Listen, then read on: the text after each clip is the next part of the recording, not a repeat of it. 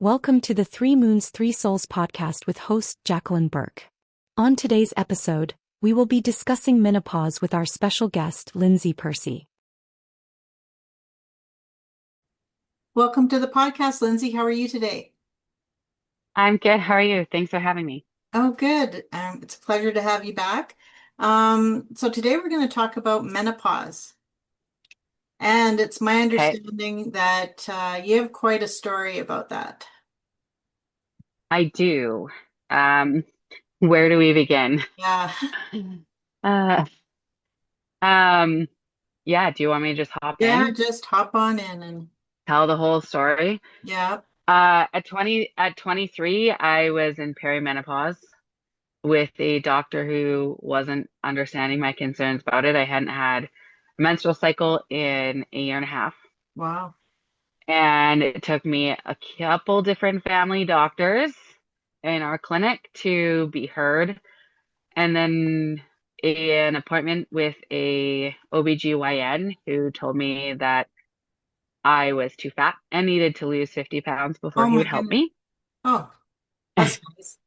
Yeah, no, it was not great. And after that, I went to a different doctor within our clinic and was referred to a reproductive endocrinologist in Calgary. Oh, wow. And from there on, we started life. Yeah. Building our family and everything. And then 3 weeks after our second daughter was born, I collapsed at my doctor's office and was taken to the hospital to discover I had three tumors in my body that two were the size of footballs and were on my ovaries. And so I jumped into menopause, surgical Oh, menopause at 27 years old. oh my goodness. Wow. So, Yeah, yeah, those tumors take up space, right? they do. Yeah. Yeah. Hmm. Yeah, it was pretty wild. Um, it was a wild ride after that, but I bet. So then after you had your surgery, um, yeah. how did things go for you? Well, because it was cancer, it was Burkitt's lymphoma, Oh, and so I had to do 5 rounds of chemo and stay in the hospital during those 5 rounds. But after that, it was just standard, like, you know, yeah, regaining my strength and recovering from the treatment. But menopause wise, because I yeah. know that's what we're here for today. No, we're here for Um, it all. So I mean, you can feel free to talk about it all. I feel like I got pretty lucky in in the menopause sense because when you have your ovaries surgically removed, you actually don't go through that reduction in estrogen as much as everyone else does. Yeah. Um, so I got to skip the majority of the symptoms Okay. that everyone else goes through. So I do occasionally have hot flashes, but I'm not sure if that's related to not having my ovaries and being in menopause or if it is because I'm a very hot-blooded person. Okay. And so my hot flashes only happen in the summer when it's scorching hot out. Yeah. Um, so that's about it. And, you know, as far as like the brain fog that women experience when they're in menopause, I don't know if the brain fog I have is still from chemo or the fact that my brain had shut down at the beginning of my cancer journey or if it's part of menopause. So I would say it's probably a mix of all of them. All of them. Yeah. It's a good combination, I would imagine. Um, Yeah. yeah. So what are some of the symptoms that you have experienced in menopause that are like not brain fog or not hot flashes? Like, do you find any weakness in your bones, or do you find like did anything other than that come on? Not that I've noticed. I know there was talk of doing a bone density scan at one point to just see Yeah, where my bones were at, but nothing came of that. Otherwise, all of my lab tests and everything are completely normal for for someone my age, and there's no concerns otherwise.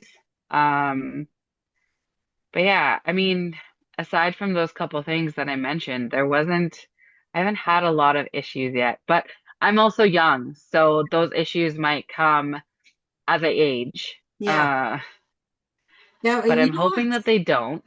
Yeah. Well, yeah. That's the goal, right? Um, Right? but after what you've been through, I suppose it's kind of you're gonna be questioning it throughout this time, whether it was because of chemo or because of having your ovaries removed, or like it's always going to be a question for you. So how do you when you say feel a symptom or anything like that, do you treat it as if it's a menopausal symptom, or do you treat it as, like, say, with a supplement or with um something that is maybe from your chemo related? And I know this goes back a while, but sometimes, things hmm linger. Yeah, so for somebody to recover from chemotherapy, it actually takes about 10 years for their body to hit their new normal. So I am 7.5 years out. And I would say the majority of my chemotherapy symptoms have resolved. Like I'm living with less pain daily. Hmm. And I had a lot of chronic pain. So I feel like a lot of those are resolving. And we all know that women in their 30s, that's when ADHD comes out. But also, you can get ADHD from having chemotherapy. Yeah. And so, like there's all these things, and they're just so all intertwined that the only thing that stands out for me now that is separate from chemotherapy and everything else is the inability to lose weight no matter what I do, whether it's, intense workout programs or eating healthy. And I'm okay with that. It is what it is. I can't Hmm. control that. And definitely the hot flashes in the summer. Those are the only two things that really stick out as a definitive menopause thing. But I also had or have, I'm not sure if it's considered still having it, but PCOS too. Oh, So, there's yeah, there's stuff that goes along with that too that I'm pretty sure I'm considered to still have it because your body still has the inflammatory responses with PCOS. Um, so then, there's those symptoms that I do know that I feel.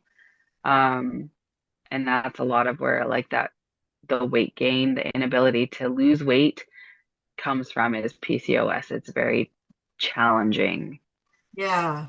But tell me about it. Yeah. The weight gain, Yeah. for example, like especially like going through menopause right when the pandemic hit. When hmm everyone was shut down, and you kind of got into the habit of well, you were staying at home, but you got into the habit of not having access to, like, say, going to the gym or different Yeah. things, or going outside freely to walk, like it was in your house and that's it. So everyone had to get creative, but what do you do when you're at home all the time and there's nothing to do? You watch television or you have a snack while you do, and it just kind of piles on. Exactly. Yeah. Going through menopause on top of it all, and I mean, even for cancer patients as well, like, or hmm recovering cancer patients, I mean, that's hard. Your body's just retaining absolutely everything. Yeah. It retains fluid, it retains, the food that you put into your body. And you can only eat so healthy, and it still stays, Yeah. you know, Yeah. so it's a challenge. It Um, is a challenge. you can increase your water, you can increase your steps, you can increase all these things, but it's not like you're 20 anymore. Yeah. You It's not know, like you're still in peak metabolism anymore. right. Yeah, everything's slowed down, and you do your best to get your exercise, whether it's stairs or walking or whatever, but it just, yeah, it's got a mind of its own. It Yeah, does. it does. And you kind of just learn to accept where you are because, Yeah, I mean, I have talked about it so much, but that appreciation for your body and all that it has carried you through and continues to carry you through, yeah, when you hit that side, and not just from the spiritual aspect either, but when you can accept yourself and your body for where you're at and meet it where it's at, it almost unlocks this new level of gratitude and a yeah, new path forward for you in like accepting that, like a different way to yeah, navigate everything when you look at it that way. Like your body is literally carrying you through everything in your life, yeah, footstep by footstep. And a lot of people don't look at it that way. But I have scars in places that most people don't have scars. yeah, And I have big scars and little scars and big indents on my neck and all these things from these lines and stuff that I had, but they're all part of the story that your body has carried you through. right. So menopause, in my eyes, is just another part of that story that my body Absolutely. is carrying me through. Yeah. I mean, as women, our bodies go through a lot, right? I mean, it changes left, right, and center. If it's not your menstrual cycle, or you have a child, or you have surgeries for whatever reason, or, Yeah, I mean, I've had 3 surgeries where they reused the same incision. So all that does is, your muscle just does not work anymore. So good luck toning yeah. that, you know. And But the this, scar tissue yeah, and, right, all the things. yeah. And like you say, like you have to just embrace your body. It's been through a Hmm. lot, and like give it a hug. Say you're doing Yeah, good.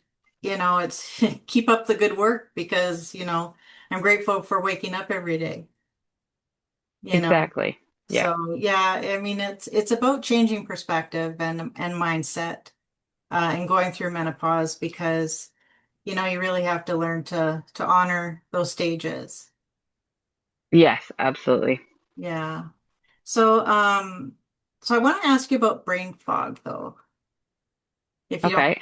that's okay. Um No, no, no. so, so with brain fog, like because of your chemotherapy, um and then your surgery. So was it like loss for words, or were you stuck on, say, someone's name, or what type of brain fog were you experiencing? Because I know everyone's is different. It's really important to talk Oh, about this, because a lot of people get afraid. yeah, so it is, and it is so completely different for every person. But for me, a lot of it's been like computer issues, basically, Oh, okay. where the brain mouth isn't connecting properly. Like I can think of the word and I know the word, Yeah. but for whatever reason, it's not computing. My husband has gotten really good at interpreting what the Oh, words are, yeah. which has been amazing. Um, because like I can describe it Yeah. and I know what the word is, but for whatever reason, it just isn't there. It can't spit it out. And then definitely the one thing I have struggled with the most, and I mean, it's partially because my brain had started shutting down, is short-term memory. Okay. If I don't have a list, it doesn't get done. And if Right. I don't have a list, then, like if I don't have a list when I go to the grocery store, I can talk Oh, to you about what we need yeah. until we're blue in the face, Yeah. but as soon as I get there, it's gone. Um, and then names, yes, I do struggle with names, but again, I don't know on what level at this point is menopause and what level is chemotherapy brain still. Well, I'll give you a hint. So my husband's gotten really good at it, because I'll just say, "Oh, what's his name?" and he'll know exactly who I'm talking about. You know? Yeah, yeah, my husband's like that Yeah. too. And I'm like, what's his name? And he's like, well, like, what does he look like? Or Yeah. what, give me something. And I'm like, what's his name that drives this type of vehicle or Yeah. whatever? And he's like, oh, that guy. I know who you're talking about. Yeah, no, same here. I can relate on that one. Yeah. Oh yeah. No, that brain fog is something else. But for a lot of women though, it's scary. because you think, Hmm. oh my gosh, this can't be me like showing signs of dementia or something along Yeah, those lines, but it is it takes you on a ride. It really it does. does. Yeah, Yeah. but it does get better. It does. Um, Yeah, I have to agree. yeah. It does get better. I mean, you can, and I think in having written things down, that helps. Because Yeah, that and I live by my iPhone calendar, like it's oh yeah, color coded. oh nice, And I like any important dates that we have to, go to the city or do this or do that is immediately in my calendar so that it's not something I forget about. Um, and all kinds of important things are in there. So, yeah, from garden harvests to oh yeah, client appointments to traveling, all of it is in there. So, yeah. It's like we have to so create that I our own don't forget. farmer's almanac in our brain. Exactly. Yeah. Yeah, But then, and this is where it's funny is a song can come on from like, you know, 20 years yeah. ago and you know every single lyric. Oh, you're cutting in and out a little. And that those things don't get forgotten. Cutting in and out. Yeah, just hang Is on a that second. better? Yeah, that's good. Thank you. Um, it's wild that those types of things don't get forgotten, Yeah. but what you had for lunch yesterday is gone. Oh, yeah. Yeah. Yeah. Yeah. That means you just gotta remember to write down your recipes if it was good or not. Yes, yeah, exactly. Yeah. Oh my goodness. Okay, so what advice would you give somebody, say, going through the same as what you went through? Um, to find, to get to the place of loving yourself for what you are and where you're at, because that is something that can truly create a mindset shift in how you look at everything, Yeah. right? It's not, oh God, this is another hot flash. Yeah. And you're Yeah. pulling at your shirt to try and cool yourself down or fan yourself. It's like, okay, well, yeah, this sucks, but it's short. They're short. They Yeah. come and go. Plus, if they happen in the summer, you can go in the lake and Yeah. sprinkler or whatever, Yeah. down, have fun. But also, like, it does get easier as time goes on. Yeah. Um, and as much as we're in, like, you know, we're in this culture where we feel really stuck right now, right? Like a lot of people are stuck on one thing. Yep. Oh, well, this is, you know, and as much as that one thing sucks right now, I can almost certainly guarantee something else sucks more. Yeah. Um, Yeah. but also that everything gets better, Yeah. no matter how much you feel it sucks right now. Yeah. Yeah, it's temporary and things do get better, every day because again, like with things like menopause, yeah, it's a shock at the beginning and you got your fear and your nerves and everything's kicking in and you can't keep up with all these different symptoms and they show up every now and then finally you get to handle Hmm. everything. And it's just about getting used to it. It's Yeah. adjusting, going through. Yeah. It's The not new, fun. Yeah. yeah. It's Yeah. The new normal. yeah, the new normal. That's for sure. Yeah. Yeah, you just adjust as you go and, try and smile through it. And, I still giggle sometimes when I get a hot flash because I think, I can't believe I'm going through this. Like, just Yeah. just doesn't seem right. You know, like Yeah. time just went by so fast. And that's, Yeah. I feel that. yeah. Yeah, that you gotta enjoy every day and try and find the good in everything that happens. And yeah, when you're going through garbage and you just gotta remind yourself that it is temporary and things do get better. And that's good advice. Lindsay, that you gave. And yeah, it's important to remember that. Um, It, yeah, it is. yeah, I mean, if you don't, then you're stuck, right? Yeah. And who likes to be And stuck? being, exactly. I was just going to say being stuck is hindering. Yeah, And we don't deserve to hinder ourselves. We deserve to continually grow with yeah. and for ourselves. Oh, absolutely. Yeah. No more hindering people. You know, love life and it'll love you back, really. It will. Yeah. Yeah. Um, so what is some of the experiences you've had, like watching, say, women in your family, like older women, like whether it was like a grandmother or an aunt or, that had gone through menopause for you, being a younger woman? Yeah.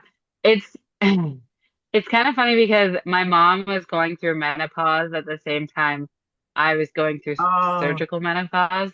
okay. Um, she would call me and she's like, "Oh my God, I'm having such bad hot flashes and they're lasting like, 3 to 5 minutes, not just the regular 30 to 40 seconds." And I was just like, yeah, I can't relate. Like, Yeah. I don't have that same experience. But I know for her, like for my mom, a lot of those things were just insanely uncomfortable. And learning to, you know, layer your clothes so that you could lose a layer depending on what environment you're in or whatever it may be, like it takes a lot of forethought and a lot of the time you struggle with that. Yeah. And so she's really the only one that I recall seeing go through Okay. menopause. Both my grandmothers were through it by the time that I Yeah. even knew what it was. And we haven't lived close enough to any, aunts Okay. on either side of my family to really like see Yeah. what it's like for them. But yeah, I know from my mom it was like 5 to 6 years of insane hot flashes Oh, wow. and a couple other things that she was experiencing, and I know that it was horrible. Like Yeah. she was looking up all the homeopathic natural ways, supplements to just help combat it so that, it wasn't so restricting in the day Yeah. to day. I wanted to say debilitating, but that wasn't the right word.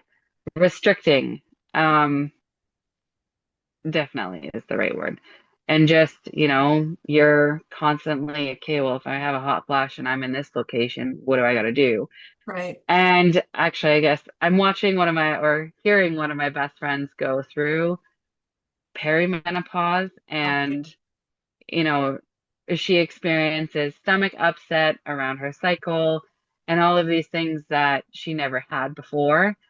And I mean, as I watch everyone else go through it, I'm like, oh, thank goodness I'm not going through this. But at the same time, there's a sincere level of appreciation, but also I would say courage and strength that I Yeah. see in everyone who is going through it because it does take a lot of courage to openly talk about it for starters, but Yeah. it takes a lot of strength to not let it beat you down. Right.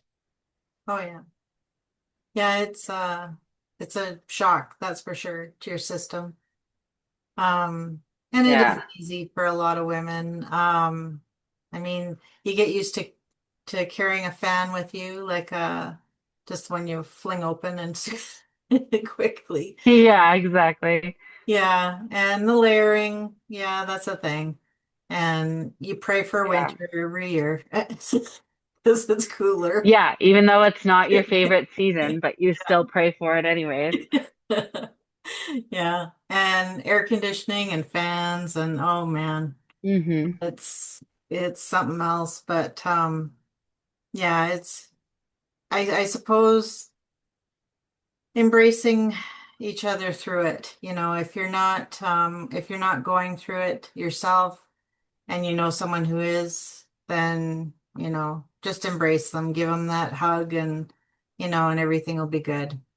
And they need that support because I find that a Yeah. lot of women, Y- they worry because they let vanity in and they worry that they're not going to be looked at as the same person.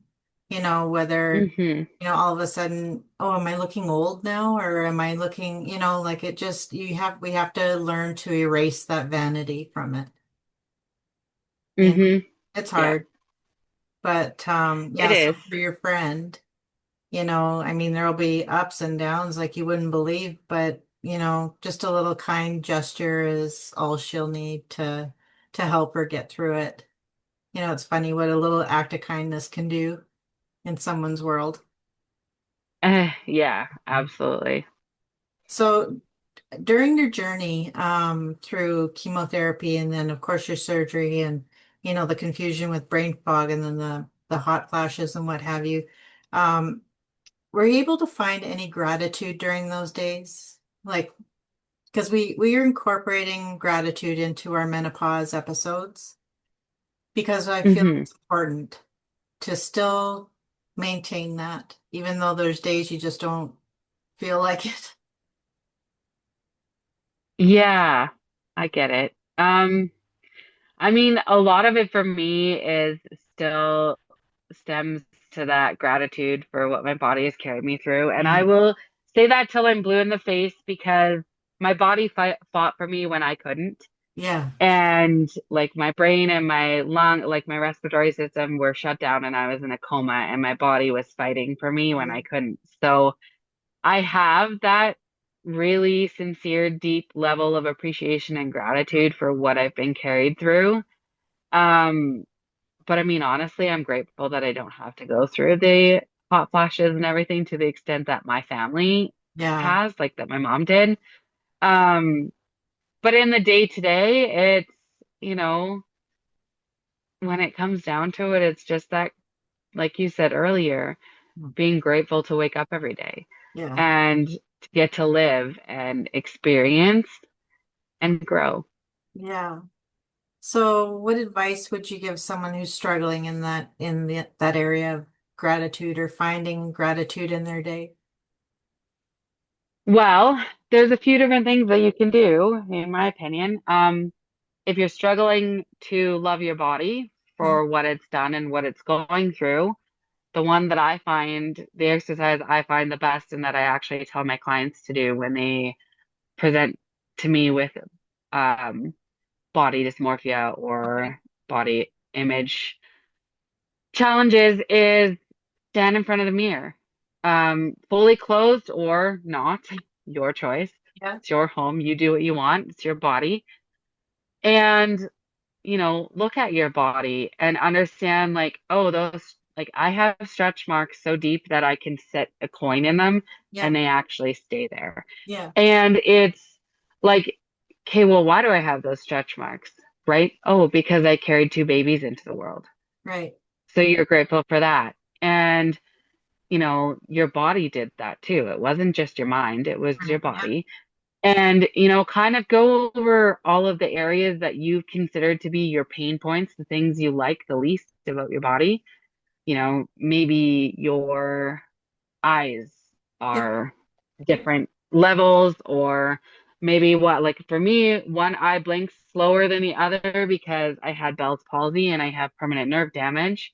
Okay. And, but it's also, when you look at these things and express the gratitude because you are here. Yeah. You're standing in front of yourself, you are here, and you have gone through all of these exponential things.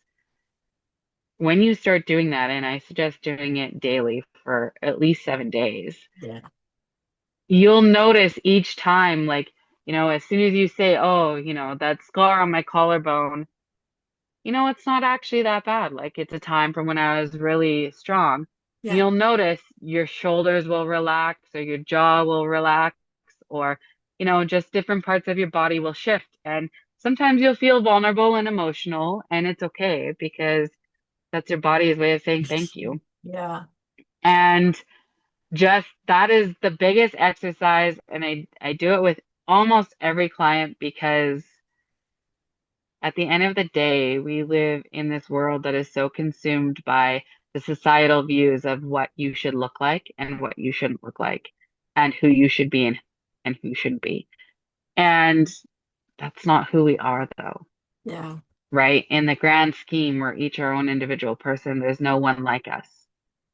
And so we need to figure out a way to truly appreciate who we are, where we are, and what we are. Yeah. Um, so when you can dig deep and really focus on that, the growth that I see, even, from myself doing this or my husband doing it, or even our girls, Yeah. um, it's crazy how much it changes your perception of yourself when you can be raw and vulnerable in that way. Yeah. Oh, that's great advice. That's wonderful.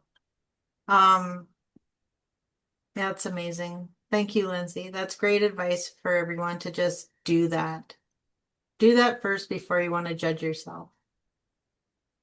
Yeah. And I mean, of course, it's going to bring up challenging emotions. Maybe that kid in sixth grade told you that they didn't like the freckle on the right side of your face Yeah. or whatever it is, right? But those again are all unique to you and Yeah. only you. Yeah. And they're literally, these things are part of what make you special as an individual. And when we can understand that, that's when the big shifts start happening for us. Oh, I agree. Well, thank you very much. It's been a pleasure having you back. Um, Thanks for having me. oh, you're welcome. And your story is truly amazing. You know, Thank you. yeah. Much gratitude to you, Lindsay. Thank you so much for having me again. Okay. Thank you so much. Thank you for joining us at the Three Moons, Three Souls podcast.